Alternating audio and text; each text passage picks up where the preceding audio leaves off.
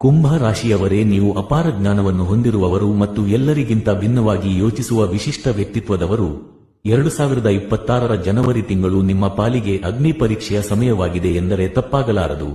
ನೀವು ಈಗ ಸಾಡೆಸಾತಿಯ ಅತ್ಯಂತ ಪ್ರಭಾವಶಾಲಿ ಹಂತದಲ್ಲಿದ್ದೀರಿ. ಶನಿ ಮಹಾತ್ಮನು ನಿಮ್ಮ ಜನ್ಮರಾಶಿಯ ಮೇಲೆ ಸಂಚರಿಸುತ್ತಾ ನಿಮ್ಮನ್ನು ತಿದ್ದಿ ತೀಡುತ್ತಿದ್ದಾನೆ. ಈ ತಿಂಗಳು ನಿಮಗೆ ಕೇವಲ ಕಷ್ಟಗಳನ್ನು ಕೊಡುವುದಿಲ್ಲ, ಬದಲಾಗಿ ಬದುಕಿನ ಸತ್ಯವನ್ನು ತಿಳಿಸಿಕೊಡುತ್ತದೆ. ಯಾರು ನಿಮ್ಮವರು ಮತ್ತು ಯಾರು ನಾಟಕ ಆಡುವವರು ಎನ್ನುವ ಕಠಿಣ ಪ್ರಶ್ನೆಗಳಿಗೆ ಈ ಸಮಯದಲ್ಲಿ ಉತ್ತರ ಸಿಗಲಿದೆ. ವೃತ್ತಿ ಜೀವನದಲ್ಲಿ ಅತಿಯಾದ ಒತ್ತಡ ಮತ್ತು ಮೇಲಧಿಕಾರಿಗಳಿಂದ ಟೀಕೆಗಳು ಎದುರಾಗಬಹುದು. ನಿಮ್ಮ ಸ್ವಾಭಿಮಾನಕ್ಕೆ ಪೆಟ್ಟು ಬೀಳುವ ಸಂದರ್ಭ ಬರಬಹುದು, ಆದರೆ ಕೋಪಗೊಂಡು ರಾಜೀನಾಮೆ ನೀಡುವ ನಿರ್ಧಾರವನ್ನು ಮಾತ್ರ ಮಾಡಬೇಡಿ. ತಾಳ್ಮೆಯಿಂದ ಇರುವುದು ಈಗ ಬಹಳ ಮುಖ್ಯವಾಗಿದೆ. ಆರ್ಥಿಕವಾಗಿ ಈ ತಿಂಗಳು ಹಗ್ಗದ ಮೇಲಿನ ನಡಿಗೆಯಂತೆ ಇರುತ್ತದೆ. ಮನೆಯ ಖರ್ಚುಗಳು ಮತ್ತು ಸಾಲದ ಬಾಧೆ ನಿಮ್ಮನ್ನು ಸ್ವಲ್ಪ ಮಟ್ಟಿಗೆ ಚಿಂತೆಗೀಡು ಮಾಡಬಹುದು.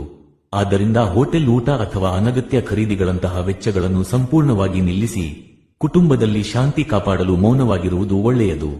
ನಿಮ್ಮ ನೇರ ಮಾತುಗಳು ಮನೆಯವರ ಮನಸ್ಸನ್ನು ನೋಯಿಸದಂತೆ ಜಾಗ್ರತೆ ವಹಿಸಿ. ಆರೋಗ್ಯದ ವಿಚಾರದಲ್ಲಿ ನಿರ್ಲಕ್ಷ್ಯ ಬೇಡ. ವಿಶೇಷವಾಗಿ ಕಾಲಿನ ನೋವು ಮತ್ತು ಮಾನಸಿಕ ಒತ್ತಡ ನಿಮ್ಮನ್ನು ಕಾಡಬಹುದು. ಈ ವರ್ಷ ನೀವು ಎದುರಿಸಬೇಕಾದ ದೊಡ್ಡ ಸವಾಲೆಂದರೆ ಅದು ಅಪವಾದ ಮತ್ತು ಮಾನಸಿಕ ಖಿನ್ನತೆ.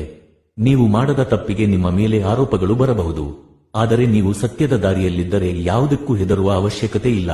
ಈ ಕಷ್ಟಗಳಿಗೆ ಪರಿಹಾರವಾಗಿ ಪ್ರತಿ ಶನಿವಾರ ಶನಿ ದೇವಸ್ಥಾನಕ್ಕೆ ಹೋಗಿ ಎಳ್ಳೆಣ್ಣೆ ದೀಪ ಹಚ್ಚಿ ಹನುಮಾನ್ ಚಾಲಿಸಾವನ್ನು ಪಠಿಸುವುದು ನಿಮಗೆ ಮಾನಸಿಕ ಧೈರ್ಯವನ್ನು ನೀಡುತ್ತದೆ.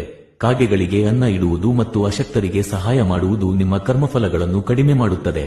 ಶನಿ ದೇವರ ಮೇಲೆ ಭರವಸೆ ಇಟ್ಟು ಧೈರ್ಯದಿಂದ ಮುನ್ನಡೆಯಿರಿ. ಕತ್ತಲೆ ಸರಿದು ಬೆಳಕು ಬಂದೇ ಬರುತ್ತದೆ.